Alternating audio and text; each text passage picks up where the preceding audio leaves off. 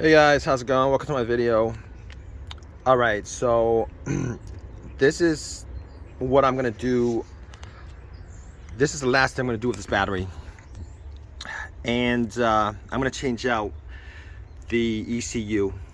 This part right here is the ECU of the battery. Here's the thing. Changed out the cell, changed out the bus bars, changed out the fuse box, changed out the fan.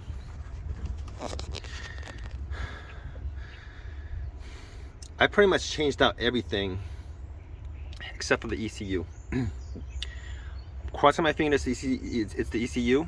I don't think it is.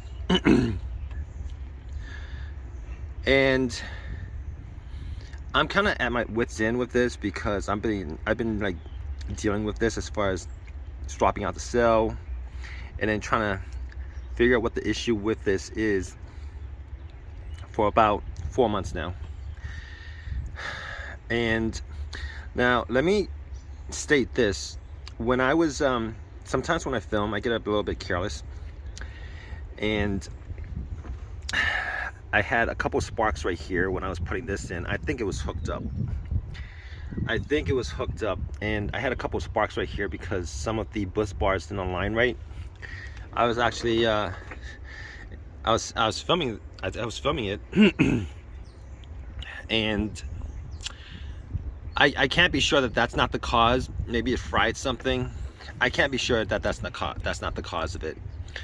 But every warning light that I've been getting is essentially the same warning light that I was getting before I did all this.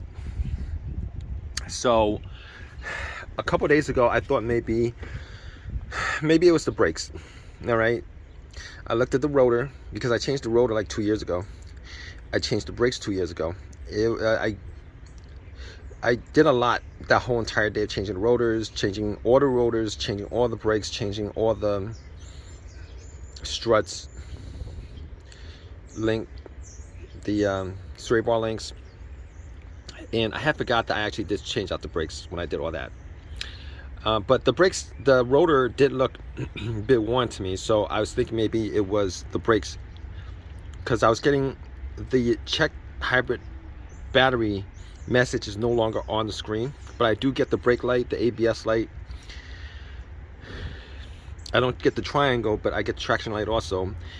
And I was thinking to myself, all right, so could it possibly be the battery? Went to AutoZone, got the brake. No, could it possibly be the brakes? Went to AutoZone, got the brakes, and when I took the wheel off, looked at the brakes were hardly worn. So I crossed that off the list. And this is the last thing that I'm gonna do.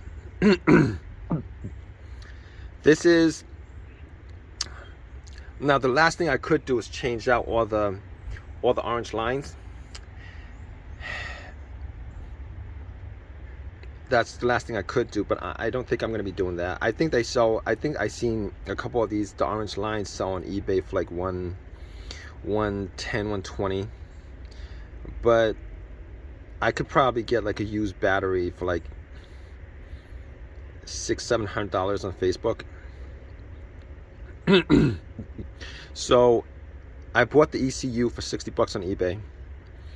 I'm going to see if that changes anything. If not, I'm gonna forego this whole entire project and just get a used battery. Just make sure that it wasn't tampered with, that it was used. Now I balance these batteries out my way, and I'm pretty sure that these batteries are 100% balanced, and it was a correct way of balancing it. I haven't had a single person on that video comment about how that's not a way to balance out the batteries.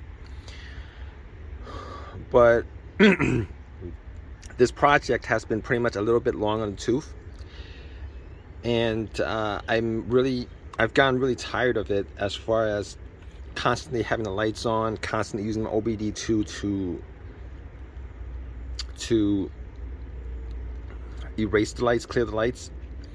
And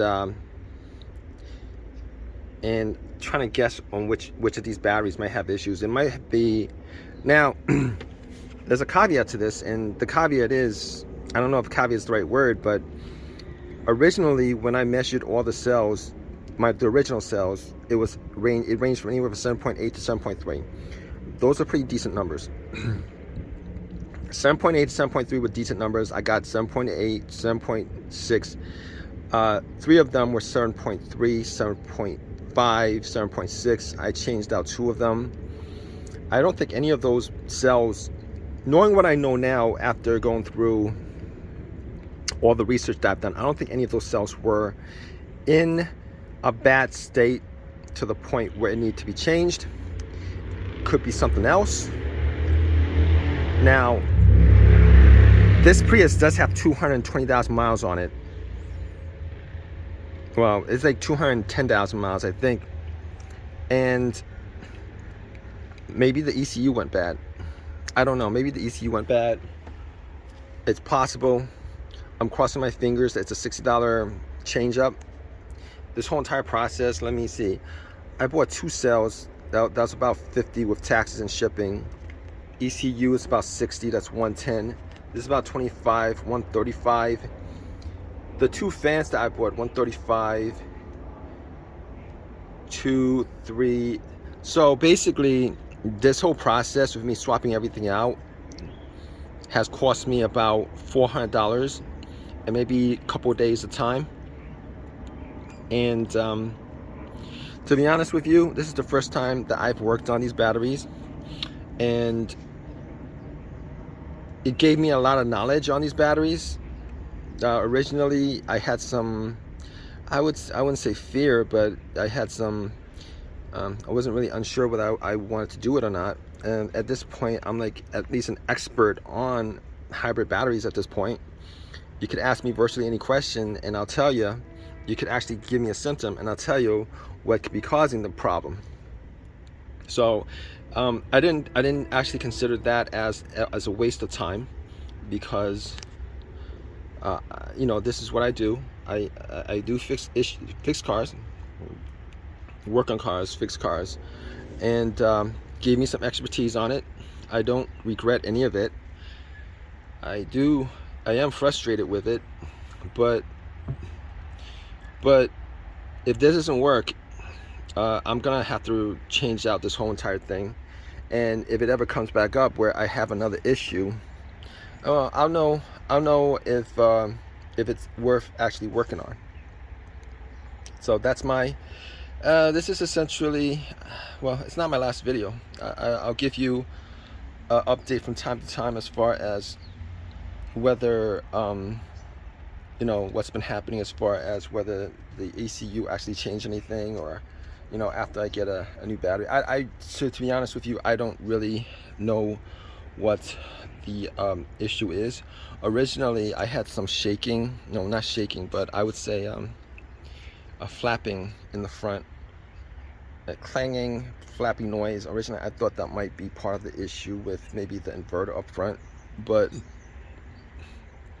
it wasn't. I fixed that. It was, the flapping was because there was some of those rubber, no, the plastic insets or whatever they are, clips.